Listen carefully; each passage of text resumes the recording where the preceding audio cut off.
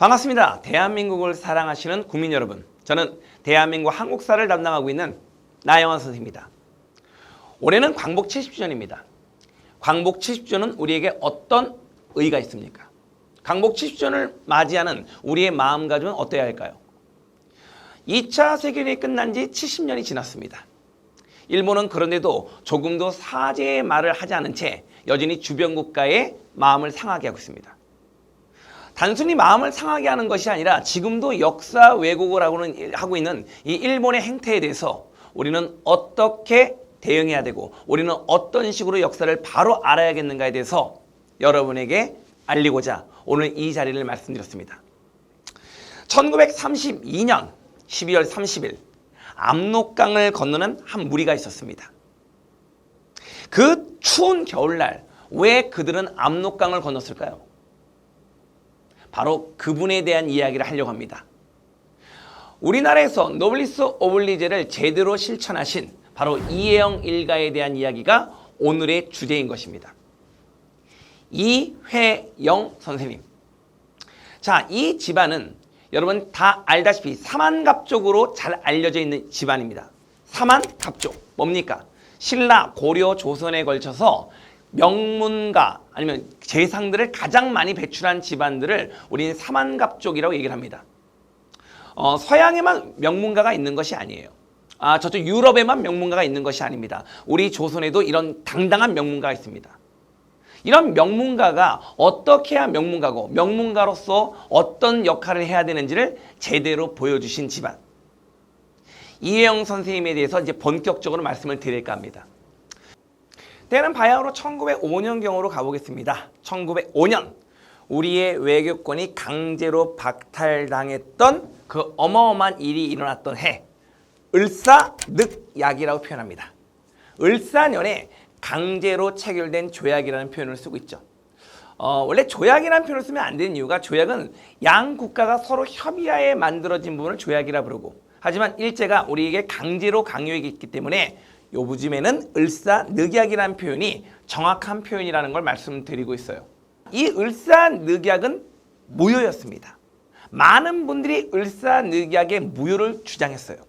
특별히 이상설 선생님, 그리고 지금 우리가 노블리스 오블리제를 제대로 실천하신 우리 이회영 선생님, 이런 두 분들이 을사늑약의 무효를 주장하고 있습니다.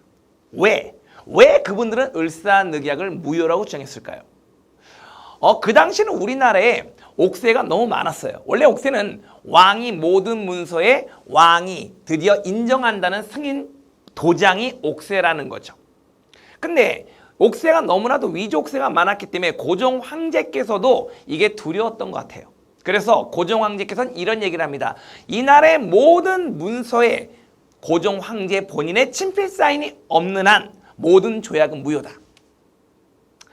을사늑약이 체결되던 그날 이 나라를 팔아먹었던 을사오족, 대표적인 이완용, 이런 분들이 고종 황제께 강제로 사인을 강요했지만 우리 고종 황제께서는 끝까지 거부하시죠. 이런 을사늑약이 부당하다는 것, 을사늑약이 무효라는 것을 결국 네덜란드에서 열리는 만국평화회의에 알리기 위해서 우리는 이준 선생님 또는 이휘정 선생님 그리고 이상설 선생님을 결국 네덜란드에 파견하게 됩니다. 하지만 우린 이렇게만 알고 있지만 이 네덜란드에 파견하도록 고종 황제께 건의를 하셨던 분이 누구였습니까? 그게 바로 우리의 이회영 선생님이셨습니다. 이회영 선생님은 이런 여러 가지 방식으로 우리나라를 위해서 노력을 하셨던 분이다 말씀을 드리고 있어요. 자, 이런 부분의 노력에도 불구하고 1910년 8월 이 나라가 결국 일제의 손아귀에 넘어가게 되고 이 시기부터 무려 36년 동안 일제가 강제로 점령하는 시기로 빠져들게 됩니다. 이회영 가족은 총 6명이에요. 처자식까지 합치면 총 40명 정도. 그리고 노비들과 이런 여러 식객들을 합치면 한 60여 명에서 70여 명 정도였다고 합니다. 편안히 살 수 있었어요. 일생을 정말 많은 돈을 가진 사람들이었기 때문에 편안히 살 수 있는 집안이었습니다. 이혜영 선생님은 이런 얘기를 합니다. 구차하게 일생을 도모하지 않겠다. 대의를 위해 죽을지언정 구차하게 일생을 도모하지 않겠다는 그런 포부를 밝히면서 가족들 회의를 소집합니다. 이 나라에서 일본과 협조해 살 것인가, 아니면은 좀 고생스럽더라도 만주나 연해주로 가서 이 나라 독립운동에 헌신할 것인가. 가족이 만장일치로 만주행을 택하게 됩니다. 그래서 이 육형제가 가진 돈을 비밀리에 결국 처분하기 시작하죠. 대략 40만 원. 속값으로 말하면 약 600억 원. 그리고 땅값으로 말하면 현재 한 2조 원에 해당되는 어마어마한 돈. 그 엄청난 돈을 가지고 만주로 갑니다. 만주에 도착하신 우리 이회영 선생님 집안은 독립군 기지를 건설해야겠다는 부분에 주목하게 되죠. 사람들이 모여야 된다. 사람들이 모여서 같이 학교를 만들고 거기서 교육을 통하여 이 나라 독립의 터전을 마련해야 된다는 생각을 하십니다. 그래서 바로 신흥무관학교를 만들어냅니다. 이 회영 선생님께서는 조선왕조가 문을 닫게 된 이유가 바로 문무가 균형을 이루지 못했다. 문에만 너무 취약한 나머지 무를 갖다가 천시했기 때문에 이 나라가 나약한 나라가 됐던 것이다 라는 거에 결국 초점을 맞추시고 문무를 겸비할 수 있는 학교를 만들어냅니다. 그 이름 신흥무관학교. 신흥무관학교의 졸업생들이 무려 3,500명이 있고요. 이 3,500명의 졸업생들이 우리나라 독립운동의 주된 기반이었다. 1920년 10월 21일 청산리 전투를 기억하십니까? 일본 정규부대 1만 2천 명 정도를 결국 무너뜨렸던 이 청산리 전투의 주역 우리 김자진 선생님도 우리 신흥무관학교 출신이었다는 거. 이혜영 선생님의 그런 선견지명, 이혜영 선생님의 바로 이런 신흥무관학교가 없었다면 그런 위대한 전투는 탄생되지 않았을 것이다. 요즘 최근에 암살이라는 영화가 개봉이 됐다고 합니다. 이 암살이라는 영화에서는 바로 김원봉 선생님이라는 바로 실존 인물이 등장을 하죠. 무려 700만이 넘게 봤다고 합니다. 왜 많은 사람들은 암살에 주목할까요? 왜 많은 사람들은 그렇게 암살에 열광을 했을까요? 우리 민족이 이 나라의 독립과 이 나라 해방에 대해서 결코 잊지 않고 있다는 것을 저는 반증하고 있다. 이 대한민국 국민은 그렇게 나라를 갖다 잊어버린 민족이 아니다 라는 거에 저는 초점을 맞추고 싶습니다. 그 김원봉 선생님, 일제가 가장 잡고 싶으셨고 일제가 현상금 랭킹 1위로 걸었던 우리 김원봉 선생님도 바로 우리 신흥무관학교 출신이셨다는 거. 자, 각각의 나름대로의 전투와 영웅만 기억하십니까? 그 배후에 그런 씨앗을 뿌렸던 우리 이혜영 선생님이 없었더라면 눈부신 독립운동의 성과도 존재하지 않았을 것이다라고 저는 감히 말씀드리고 싶습니다. 자, 이혜영 선생님. 자, 이혜영 선생님은 그 이후에 대한민국 임시정부가 만들어졌을 때 임시정부에 가담을 하게 된다면 서로 권력욕에 나름대로 눈이 멀지 모른다 해서 임시정부에 가담을 하지 않고요. 또 1917년에 사회주의 혁명이 일어나서 레닌이 이런 얘기를 해요. 바로 조선을 포함한 약소국가의 독립을 지원하겠다라고 해서 사회주의에도 상당히 관심을 기울입니다. 하지만 우리 이혜영 선생님께서는 사회주의가 진정한 평등이 아니라 자유를 말살한 평등이다라는 것을 갖다가 알아차리고 결국 이 사회주의하고는 좀 더 선을 그은 결국 무정부주의자로 결국 변모를 하게 됩니다. 그 당시에 사람으로서, 그 당시에 문물을 받은 사람으로서 이런 선각자적 생각을 가졌다는 것은 굉장히 지금으로서도 상당히 놀랄만한 사실이라는 것을 말씀을 드리고 있습니다. 우리 이혜영 선생님은 또다시 이 대한민국 임시정부가 나름대로 제대로 역할을 하지 못하고 나름대로 조금 어려움을 겪자 우리나라 독립운동의 또 다른 활로를 모색하기 위해서 나름대로 의열단체를 만듭니다. 우리가 알고 있는 김원봉 선생님이 만든 의열단이 있다면 우리 이혜영 선생님이 만드신 흑색공포단이 있습니다. 자, 이 흑색공포단.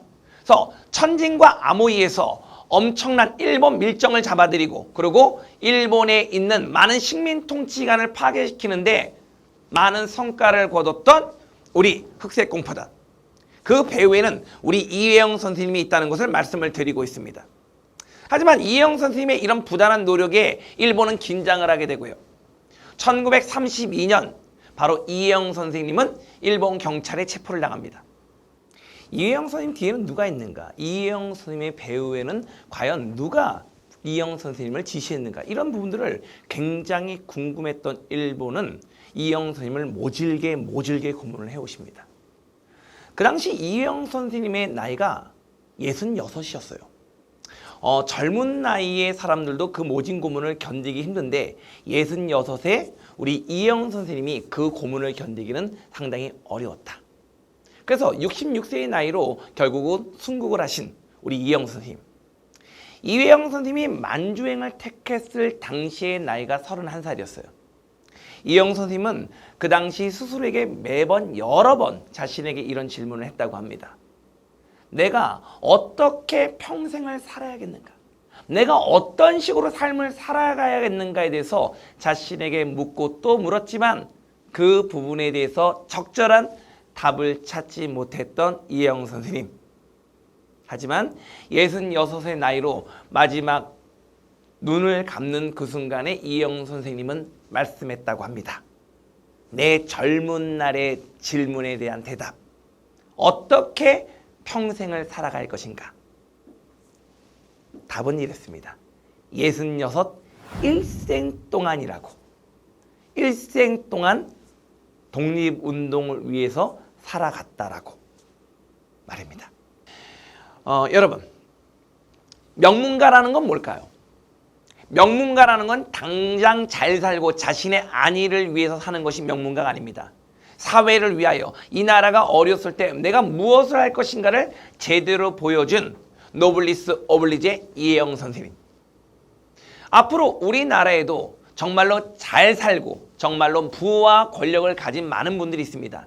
이런 분들에게 앞으로 어떻게 살아가야 할 것인지 그리고 어떤 식으로 살아가는 것이 이 나라 조국과 이 안락한 대한민국을 더욱더 윤택하게 만들 수 있는지를 제대로 보여줄 수 있는 하나의 지침이 되신 분이라는 것을 말씀을 드리면서 오늘 강연은 여기서 마치도록 하겠습니다. 광복 70주년 여러분에게 어떤 의의가 있습니까? 광복 70주년 바로 우리에게는 어떤 의미가 있는 것입니까?